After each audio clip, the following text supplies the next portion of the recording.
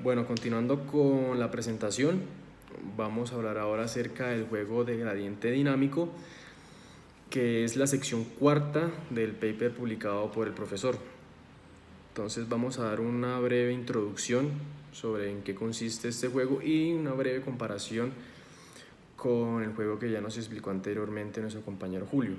Entonces, en esa sección de gradiente dinámico consideramos una forma alternativa de evolución de la estrategia en tiempo continuo, llamado entonces juego con gradiente. Por otro lado, podemos decir que el juego con gradiente es visto como una estrategia de mejor respuesta en comparación al juego que nos explica nuestro compañero Julio anteriormente, juegos FP. Podemos decir también que los juegos FP, el jugador busca mejorar la respuesta de las frecuencias empíricas del oponente, pero en los juegos de gradiente dinámico, el jugador se encarga ahora de ajustar una estrategia actual en una dirección del gradiente sugerida por las frecuencias empíricas del oponente mismo. Bien, ahora vamos a hacer un análisis de lo que consiste el juego de gradiente. Entonces vamos a explicar primero qué consiste el juego de gradiente estándar, después vamos a explicar el juego de gradiente con una acción derivada pero exacta, y por último vamos a explicar el juego con una acción derivada pero aproximada. ¿Ok? Entonces, empezando con el juego de gradiente estándar,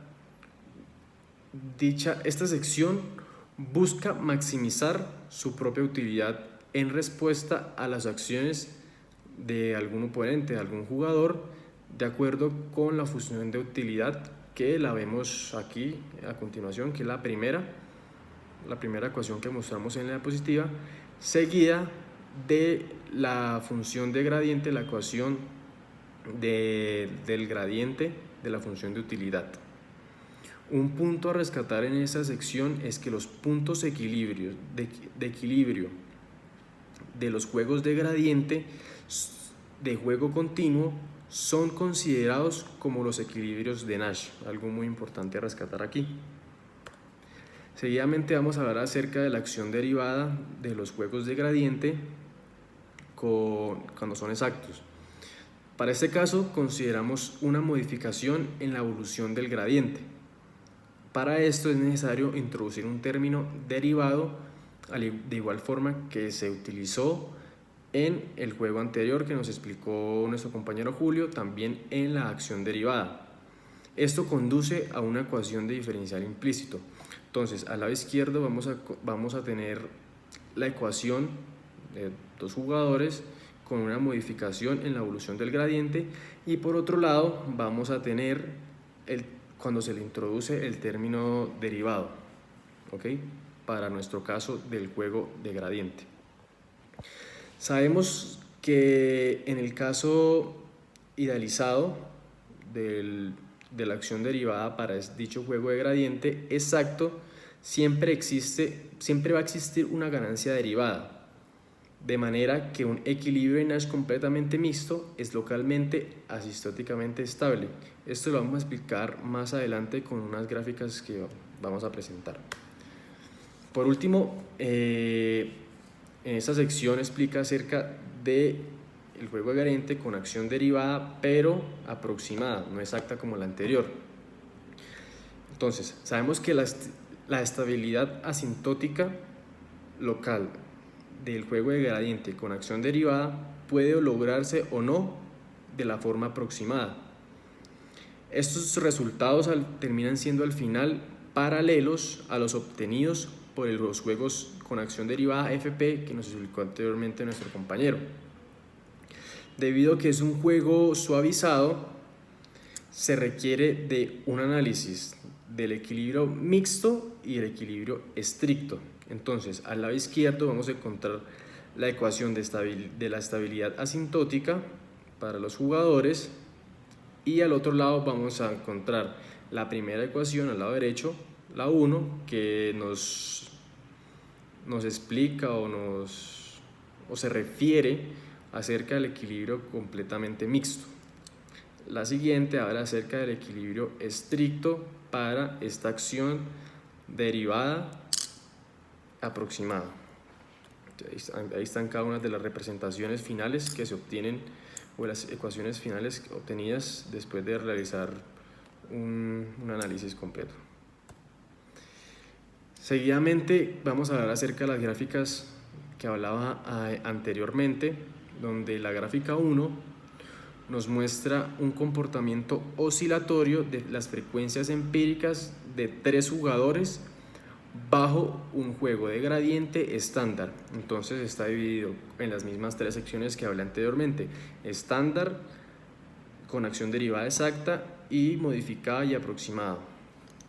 Por otro lado, la figura 2 nos muestra un comportamiento convergente bajo la acción derivada del juego de gradiente, con unos diferenciadores aproximados estándar y utilizando los mismos parámetros que se utilizaron en la gráfica anterior, que ahí les mostramos a continuación cada uno de los parámetros que se utilizó. Se ve que en la acción derivada, tanto para la gráfica 2 para la gráfica 3, tiene un comportamiento estable después de cierto tiempo, y después de cierto valor toma un comportamiento estable. Por último, la figura 3 nos muestra un comportamiento convergente para dichos parámetros ya planteados y que están ahí en las diapositivas. Al igual que en la gráfica anterior, la acción derivada nos ayuda a obtener un comportamiento estable después de cierto tiempo y después de cierto valor en el eje X. Por último, vamos a hablar acerca de los juegos multijugador, que es la sección 5 del paper que nos colocó el profesor. Entonces, para este caso, inicialmente mostramos la función de utilidad para los jugadores, que es la primera ecuación que vemos en la parte derecha de la diapositiva. Entonces, primero que todo, se considera un juego ficticio multijugador, asumiendo que cada jugador tiene una función de mejor respuesta diferenciable. Entonces se escribe una acción derivada, una ecuación de acción derivada para los juegos FP que se muestran a continuación para n jugadores que van a estar dentro del juego multijugador. En el caso del juego de gradiente, entonces se pone una estructura por pares en las utilidades de los jugadores. Entonces aquí se muestra la utilidad del jugador en el caso del juego de gradiente, en la ecuación de abajo, y se le impone la estructura por pares, que se muestra ahí también en la ecuación. También se ilustra en el caso del juego multijugador una versión del juego de anticoordinación de Jordan, donde se muestran cada una de las utilidades para los jugadores en comparación con los demás. En este caso, pues hay las utilidades de 3 jugadores, se compara el jugador 1 con el jugador 2, el jugador 2 con el jugador 3 y el jugador 3 con el jugador 1. Por último, tenemos que el único equilibrio de Nash para este caso de juegos multijugador se representa a continuación con estas 3 ecuaciones para los 3 jugadores presentes en el juego. Y ya, eso es todo acerca de la sección 4 y 5 del paper que nos publica el profesor.